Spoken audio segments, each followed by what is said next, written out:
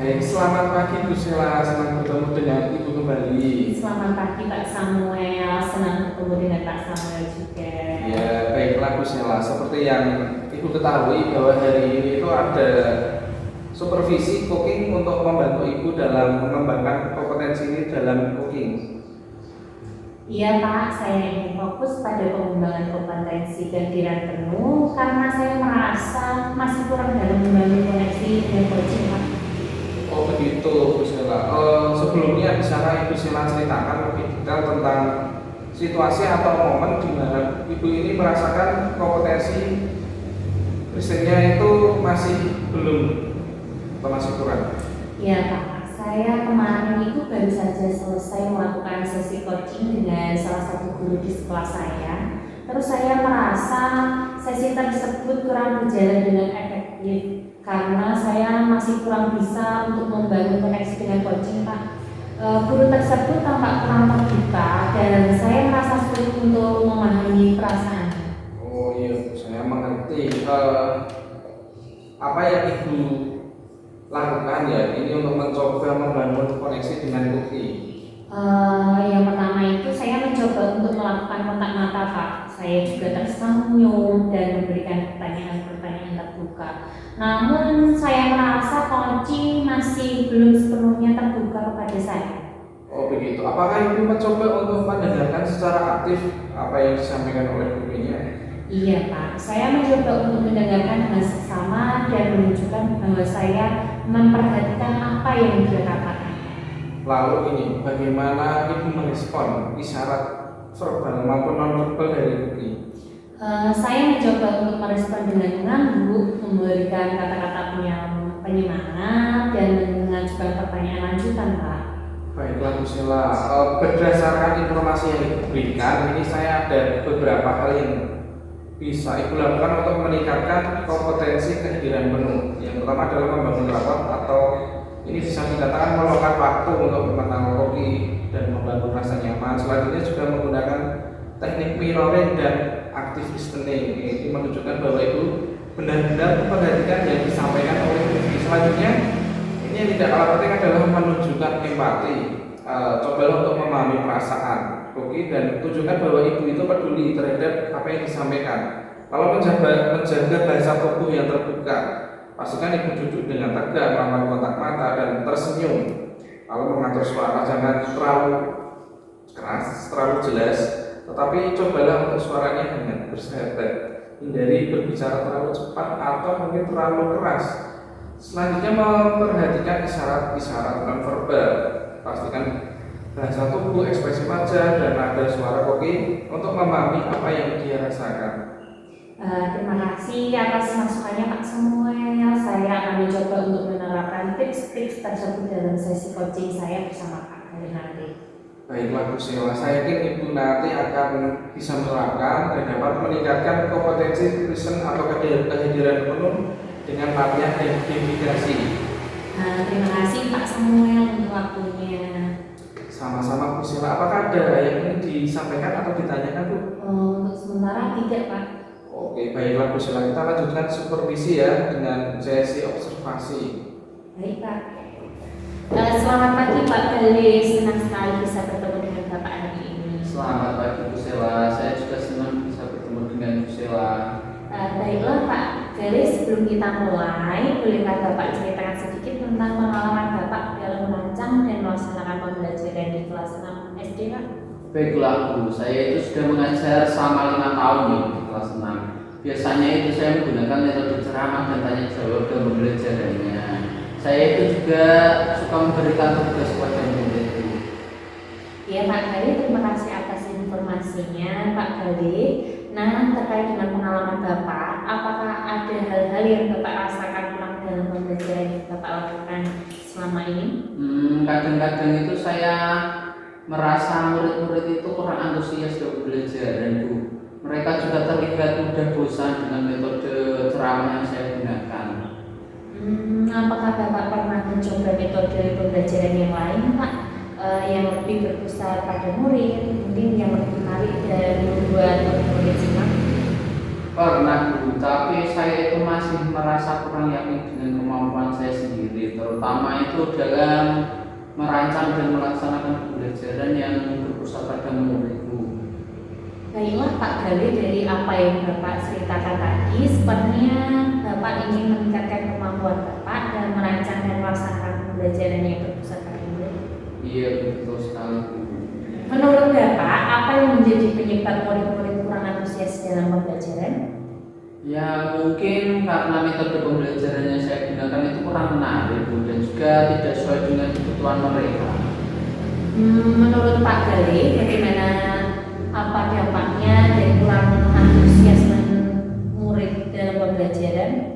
Murid-murid itu tidak dapat memahami materi dengan baik, Bu, dan juga mereka tidak dapat mencapai tujuan pembelajaran.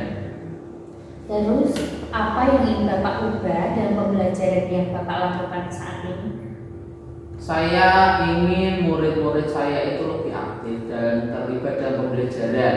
Saya juga ingin mereka dapat memahami materi dengan lebih baik, Bu.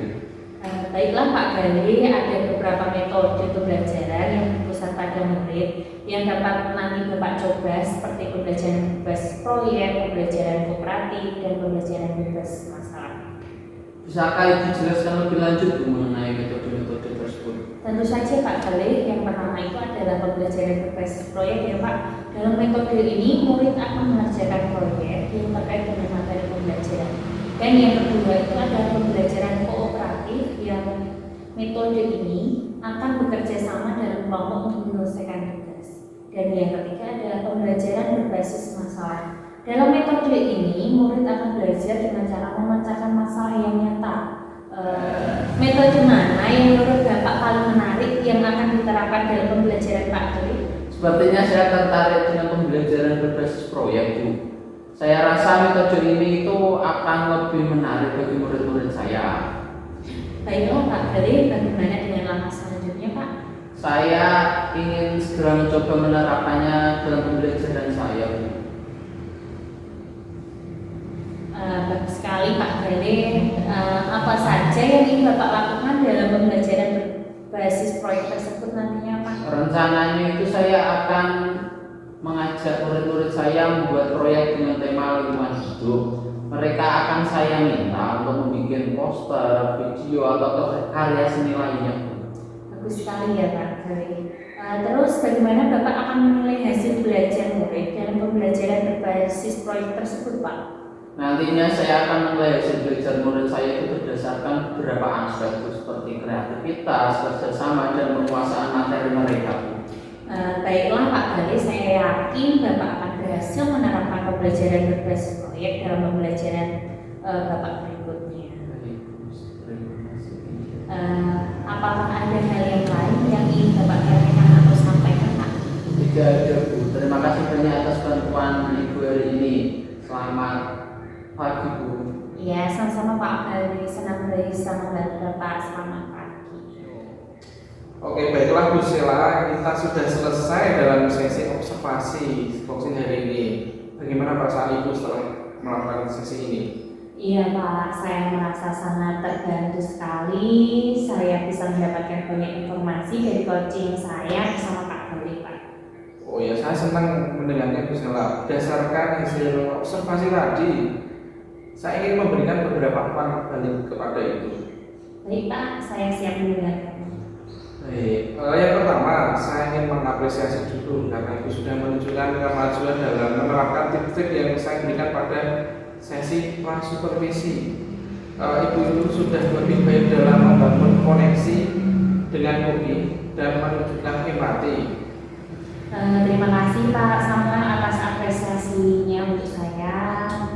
Selanjutnya ini saya ingin bagi beberapa saran ya untuk membantu Ibu lebih meningkatkan dalam kompetensi present atau kehadiran penuh.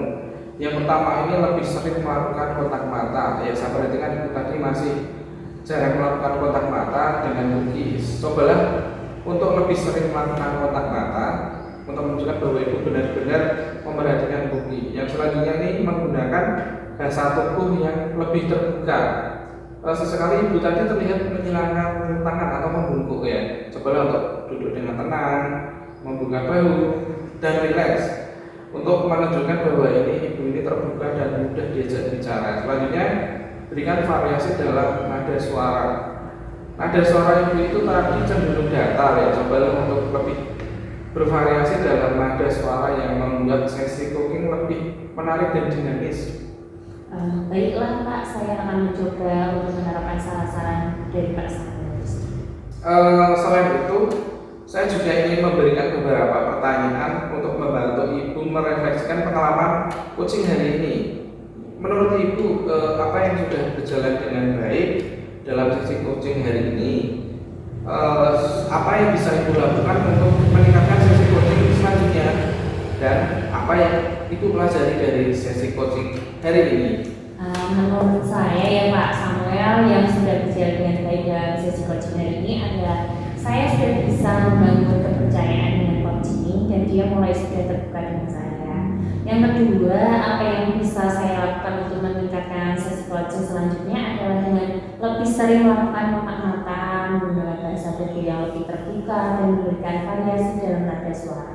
Terus yang ketiga adalah yang saya pelajari dari sesi coaching hari ini adalah pentingnya membangun koneksi dengan coaching dengan menunjukkan rasa empati. Bagus sekali Ibu Sheila. Saya yakin Ibu bisa terus meningkatkan kompetensi coaching dengan latihan dan refleksi. Iya Pak Samuel, terima kasih Pak atas bimbingannya. Saya akan terus belajar dan berkembang sebagai coach. Sama-sama Bu Sheila, saya yakin Ibu nanti akan menjadi coach yang luar biasa. Terima kasih Pak Samuel.